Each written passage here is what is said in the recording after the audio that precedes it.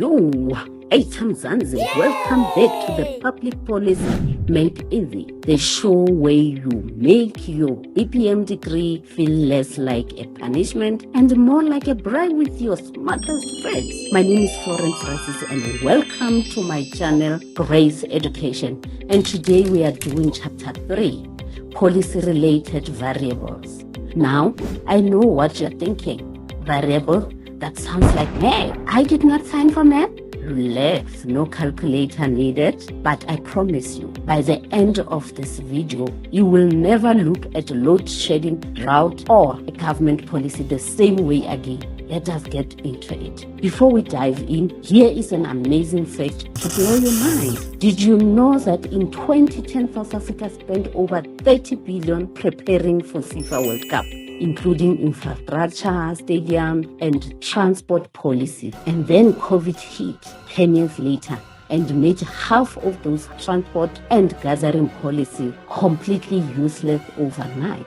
That is exactly what a policy variable is. Something you could not control, changed everything.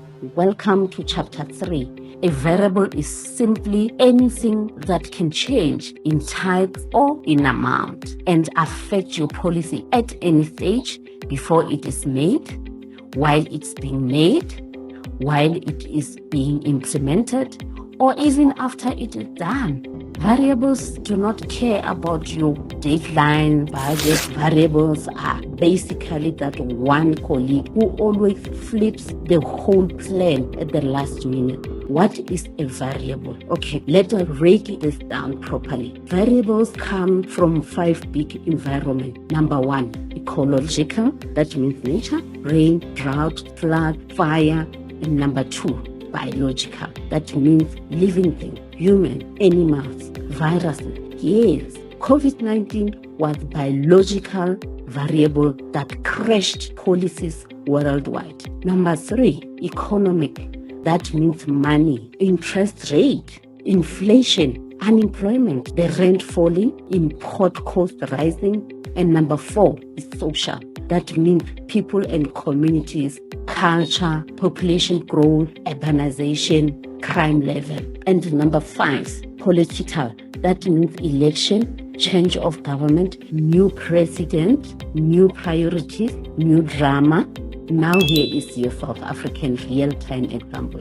Remember the Cape Town crisis in 2018? Day 0, when Cape Town almost ran out of water completely. The Western Cape government has had a water policy, but then 3 consecutive years of drought happened. An ecological variable they could not control, and suddenly their entire water management policy had to be rewritten from scratch, under pressure, in public, with millions of thirsty, angry Cape Townians watching. The problem-solving cycle. Now, before government can even write a policy, they need to go through the problem-solving cycle. And listen, this is not complicated. You actually use this in your own life already. Let me prove it. Imagine your geyser burst at 11 p.m. on a Sunday night. What do? Step 1, understand the problem. Your ceiling is leaking. There is water everywhere. This is bad. And step 2, analyze the problem. Is it the geyser? Is it a burst pipe? Did your neighbor upstairs leave a tap running? You investigate. Step 3, generate solution. Call a plumber. Turn off the main water valve. Use bucket. Check YouTube. Phone your uncle who knows about these things. Step 4, select the best solution. You turn off the main valve and call a plumber. Smart. And step 5, plan how to implement. You find a 24-hour plumber. You warn your family. You put down towels. Step 6, implement. The plumber arrives. The geyser gets fixed. Step 7, you monitor. You watch the ceiling for the next week to make sure that it's still leaking. Step 8, evaluate. Did the solution work? Is the ceiling dry? Should you have called a different plumber? That right there is the exact same process government use to make policy. Same 8 steps, just with more meetings, more paperwork, more budget approvals, and significantly more delays. Welcome to the public sector. Let me give you a real South African example. Load shedding. Eskom identified the problem. Power generation was insufficient. They analyzed it. Aging infrastructure, insufficient maintenance, corruption in supply chain. Then they generated solution. Load shedding schedules, new power plant, independent power producer. They selected the solution, a mix of 3. They planned implementation, the integrated resource plan. They implemented, some better than others, and South Africans have been monitoring and evaluating ever since, loudly on Twitter, every single day. Organizational and institutional arrangement. Now, here is where it gets really interesting. The study guide says that for a policy to actually work, you need 3 things working together perfectly.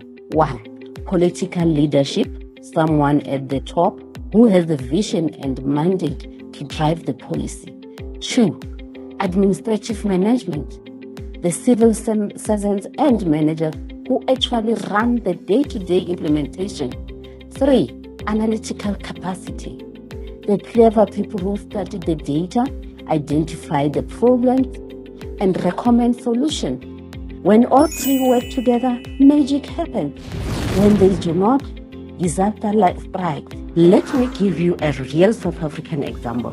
The National Student Financial Aid Scheme, NSFAS. The policy was brilliant. These poor students managed to study, change lives, build the nation. Amazing. But for years, the administrative management was a mess. Wrong students got funded. Correct students were left out, payments were late, universities were owed billions of rands, political leadership kept changing priorities, and the analytical capacity to track who's getting what money was practically non-existent at the time. Results, a brilliant policy with terrible implementation. Students sleeping in cars, students dropping out, students protesting, Christmas fall became a national crisis, not because the policy idea was wrong, but because the organizational arrangement to deliver it was broken. That is why this section of the study guide exists. Policy on paper means nothing if the organization behind it cannot deliver. Section 4. Policy development and management cycle. Now the study guide gives us the policy development and management cycle. 4 stages that every policy must go through. Think of it like the life cycle of WhatsApp group. Stage 1, policy planning and formulation. This is when someone creates the group. There is excitement, there is purpose, there is vision. We are going to fix housing in South Africa. Everyone sends the thumbs up emoji. Stage 2, policy implementation. This is when the group starts trying to actually do things. People are assigned roles, resources are allocated, actions begin. Some people deliver, some people go quiet, some people send voice notes that nobody listens to. Stage 3, policy monitoring. This is when the group admin start asking, guys, is anyone actually doing this? Progress is tracked, problems are flagged, adjustments are made. The admin sends reminders, nobody reads them. Stage 4, policy evaluation. This is when you look back and ask honestly, did we actually achieve what we set out to do? Was the group worth making? Should we archive it and start a new one? And then, just like a WhatsApp group, the whole cycle starts again. Because in policy, there is no such thing as done. There's only ongoing improvement or ongoing failure, depending on which South African government department we are talking about. Amazing fact. The South African government has over 400 active national policies at any given time. 400. Imagine managing 400 WhatsApp groups simultaneously. That is basically what the presidency does every single day. Section 5, the policy formulation. Policy formulation is where the actual writing happens, and the study guide is very clear. The most important part is getting the objective right, because if you get the objective wrong, you solve the wrong problem. Let me give you a real South African example that will make you laugh and cry at the same time. In 2015, the Department of Home Affairs introduced a policy requiring children under 18 traveling internationally to carry an unabridged birth certificate. The objective was to stop child trafficking. Noble, important, necessary, but nobody properly analyzed the variable of tourism impact. The Department of Tourism later estimated that the policy cost South Africa 66,000 tourists and 886 million in lost revenue. 886 million rand gone because of variables. The tourist behavior was not properly considered during the formulation. The policy eventually had to be revised. After the damage was done, after the money was lost, after the embarrassment was international news. That is why the study guide spent so much time on proper policy formulation. Get the objective right. Consider all the variables. Talk to all stakeholders, because fixing a bad policy costs more than getting it right. Section 6, policy implementation, monitoring and evaluation. Okay, we are in home stretch. 3 final concepts that every BPM student must nail. Policy implementation. Policy implementation is when the rubber meets the road. Policy stops being words on paper and starts being action in communities. The study guide says successful implementation requires clearly formulated objectives, adequate theory, legitimate structure, dedicated implementers, and adaptability to changing conditions. Let me give you a real South African example. The expanded public works program. The policy said, create jobs for unemployed South Africans through public infrastructure projects. The implementation created over 11 million work opportunities between 2004 and 2020. Not perfect, but real. Real road built, real community served, real people fed. That is policy implementation working. Imperfectly, but genuinely. Policy monitoring. Policy monitoring is the ongoing checking. Are we on track? Are we spending the right amount? Are the right people benefiting? The study guide gives us 4 monitoring functions: compliance, auditing, accountability, and explanation. Let me give you a real South African example. The Auditor General of South Africa, Tsakani Maluleke, and her team monitor government departments every single year. When a municipality spends money on the wrong thing, the Auditor General catches it. When a department cannot account for millions, the Auditor General flags it. That is policy monitoring in real action. And yes, some of those audit reports make for very uncomfortable reading for certain government officials.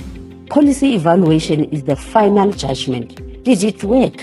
Was it worth it? The study guide gives us 6 evaluation criteria: efficiency, effectiveness, adequacy, equity, responsiveness, and appropriateness. The ultimate South African policy evaluation example, the e-toll system in Gauteng. Let us run through it. Effectiveness? No. Less than 30% of users actually paid. Adequacy? No. It did not solve the road funding problem. Equity? No. It unfairly burdened working class commuters. Responsiveness? No. The public hated it from day one and nobody listened. Appropriateness? Absolutely not. It was the wrong solution for the South African context. 0 out of 6. 6 out of 6 failure. And it was eventually scrapped in 2023 after over a decade of drama, protest, and 43 billion of loss. It was the greatest policy evaluation case study South Africa never asked for. Before we wrap up amazing fact lightning rounds, fact 1. South Africa was one of the most progressive constitutions in the world. The Bill of Rights guarantees housing, healthcare, education, and food as constitutional rights. Every policy must align with the rights, every single one. Fact 2.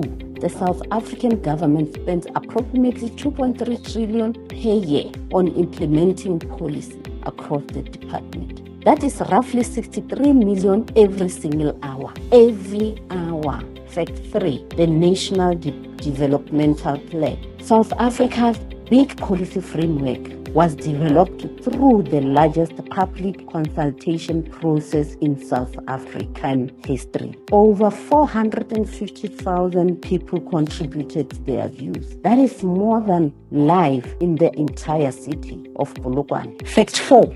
The Batho principle introduced in 1997 were inspired partly by the customer service policies of private sector companies. Government literally looked at how good businesses treat customers and said, we should treat the citizen the same way. Recap time.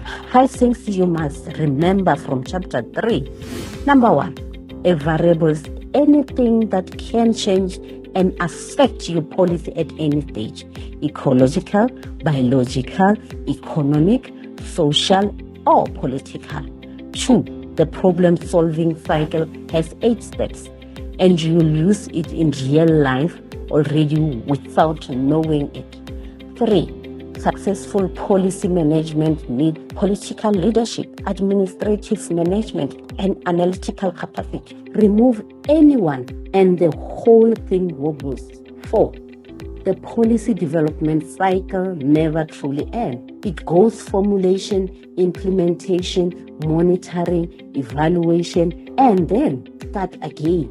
5, policy evaluation using the 6 criteria: efficiency, effectiveness, adequacy, equity, responsiveness, and appropriateness is how we hold government accountable. And that is chapter 3, done and done. Policy-related variable, demystified, South Africanized, and hopefully a lot more fun than your textbook made it sound. Share with a classmate who needs it. Chapter 4 is coming. Theories and models for analyzing public policy. And I promise you, the elite theory session alone will make you see a South African politics in a completely different way. Shap shap.